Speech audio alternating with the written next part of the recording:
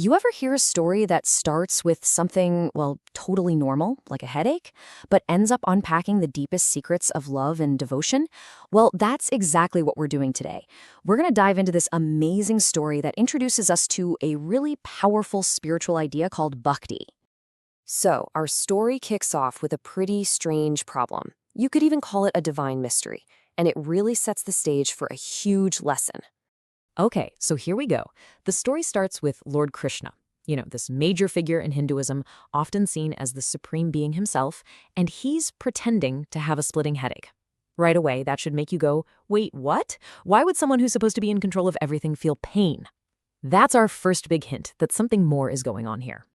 So they call in the best royal physicians, right? The top experts, and they try everything.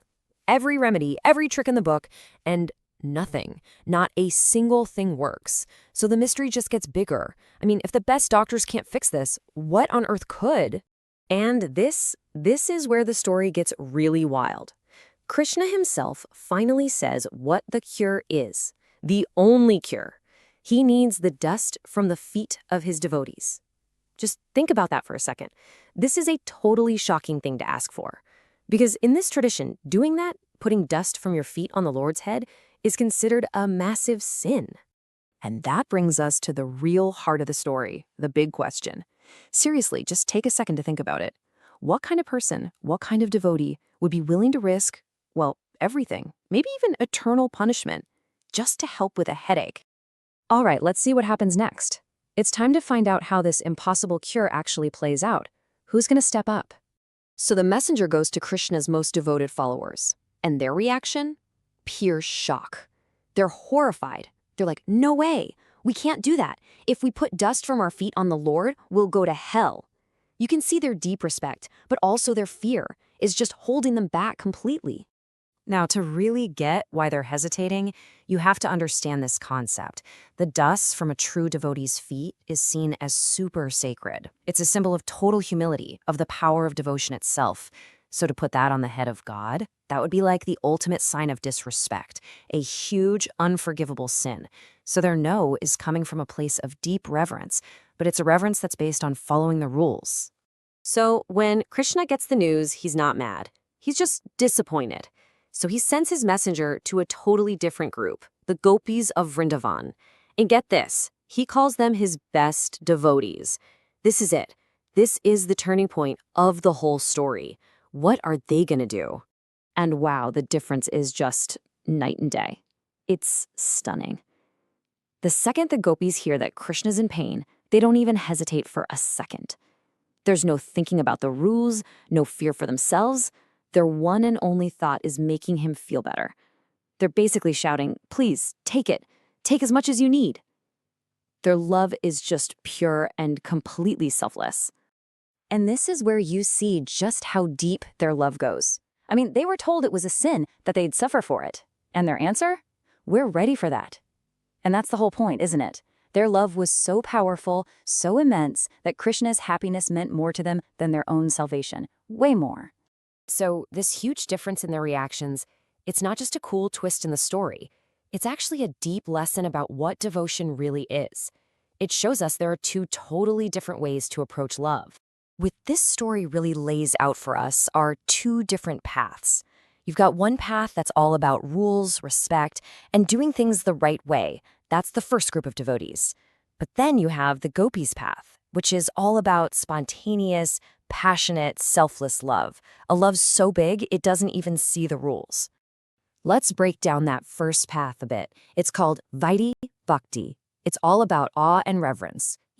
Following the scriptures to the letter. And a big part of it is worrying about the consequences for yourself, like not wanting to sin. A good way to think about it like learning to play the piano by following the sheet music perfectly. It's structured, it's correct, and it's totally necessary to learn the basics. Okay, now let's flip to the other side, the path of the gopis. This is called Raganuga Bhakti. And if the first path is the student with the sheet music, this is the master musician who doesn't even need it anymore. The music, the love just flows out of them. It's a super deep personal connection. There's no fear, no thinking about what do I get out of this. And the gopis, they are the absolute perfect example of this kind of selfless love. So the gopis represent this highest form of love, for sure. But there's one figure who stands at the very, very top, who is the ultimate embodiment of the soul's pure love. Yeah, this quote really nails it. Radha, who's the leader of the gopis, she's not just some character in a story. She's actually a powerful metaphor for the human soul itself. Her intense longing to be with Krishna, that's seen as a symbol for our own deep, spiritual desire to connect with something divine. So who exactly is Radha? Well, she's seen as the supreme goddess, the head of the gopis. She is the living embodiment of something called Prem Shakti, which literally means the power of divine love. She is the ideal, the perfect picture of what it looks like for a soul to be in complete, total surrender. Okay, so after hearing this incredible story, what's the big takeaway? What are we supposed to understand about true devotion, about bhakti? It all comes down to this simple moral. The real essence of bhakti, of true devotion, is a love where your only desire is to make the Lord happy, to serve. No other strings attached. It's a huge shift from thinking, what's in it for me, to what can I give? And that's the bottom line. Look, rules and reverence are important. They have their place. But the highest form of devotion, it goes way beyond that. It's a love that's so incredibly powerful, it's bigger than even wanting your own salvation. The gopis were willing to suffer forever just to bring Krishna a moment of comfort. And really, that's the ultimate test of selfless love. So I'll leave you with this final thought to chew on. When you think about love in your own life, spiritual, personal, whatever, what do you think is the true measure? Is it about perfect reverence, about following all the rules, or is it about total surrender, being willing to give up everything for the happiness of the one you love?